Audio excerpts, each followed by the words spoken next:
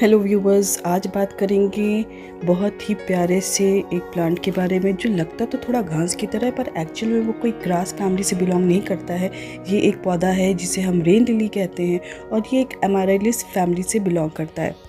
Rain lilies को हम rain flower ज़ेफारैंथस भी कह सकते हैं और ये इनके जो फूल होते हैं वो बहुत ही प्यारे होते हैं।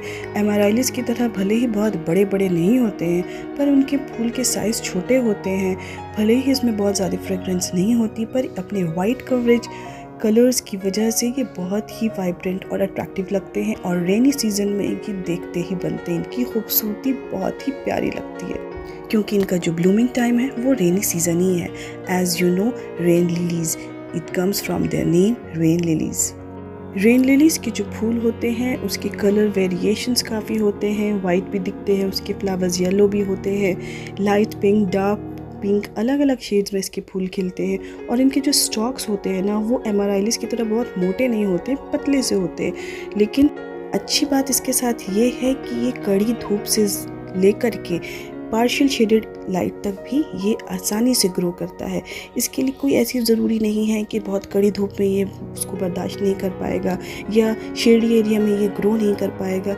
ये इसे अगर 1 से 2 घंटे की धूप मिल जाए या फिर 6 से 8 घंटे की भी कड़ी धूप मिल जाए तो भी ये ब्लूम करेगा अपने रेनी सीज़न में। इस पौधे की मेंटेनेंस बहुत ही आसान है, इसे ग्रो करना बहुत आसान है। ये बल्ब्स के थ्रू ग्रो होते हैं। इनकी मिट्टी अगर बहुत दिनों तक भी ड्राई रह जाए तो भी ये सर्वाइव करते हैं, मरते नहीं हैं। लेकिन हाँ, बहुत ज़्यादा दिनों तक ऐसा नहीं है कि आप इसमें पानी ना डालें, तब शायद पौधे ख़राब हो सकते हैं। इसलिए पानी की क्वांटिटी अगर कुछ इंच ड्राई हो गए हैं तब आप इसमें पानी डालिए।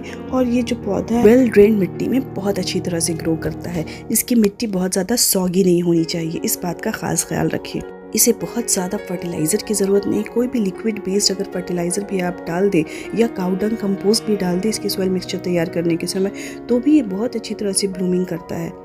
रेन लिलीज़ की प्रोपगेशन भी बहुत ईजी है। इन्हें आप चाहें तो बल्ब्स के थ्रू भी प्रोपगेट कर सकते हैं और सीड्स के थ्रू भी, पर सीड्स के थ्रू प्रोपगेट करना बहुत ज़्यादा कॉमन नहीं है। ज़्यादा आसान इसे बल्ब के थ्रू प्रोपगेट करना होता है। विंटर सीज़न जो कि इनका डॉर्मेंसी पीरियड होता है वो सबसे बेस्ट टाइम होता है इनके प्रोपगेशन के लिए, क्योंकि उस वक्त पौधा बिल्कुल डॉर्मेंसी पीरियड में रहता है। इसकी जो फॉलिएज होती है वो बिल्कुल ही गिर जाती है।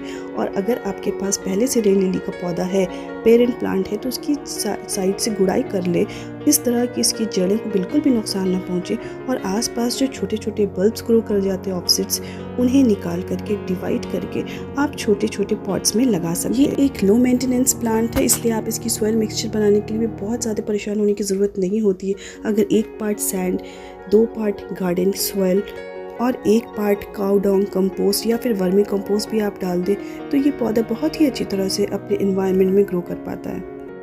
इस पौधे को प्रूनिंग की भी बहुत ज़्यादा ज़रूरत नहीं होती है।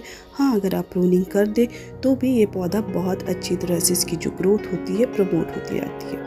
सिर्फ एक ही बल्ब से मैंने ये प्लांट तैयार किया था और अब देखिए इसमें साइड्स में बहुत सारे छोटे छोटे ऑफसेट्स यानी बल्बलेट्स जो है निकल गए हैं। तो आप उन्हें आसानी से निकाल करके डिवाइड करके अलग अलग छोटे छोटे प्लांटर्स में प्रोपगेट कर सकते हैं और एक पौधे से काफ़ी सारे पौधे आप तैयार कर सकते हैं। तो अगर आपको ये वीडियो पसंद आई हो ना और थोड़ी सी भी नॉलेज गिविंग लगी ना तो प्लीज़ लाइक शेयर सब्सक्राइब तो ज़रूर कीजिएगा।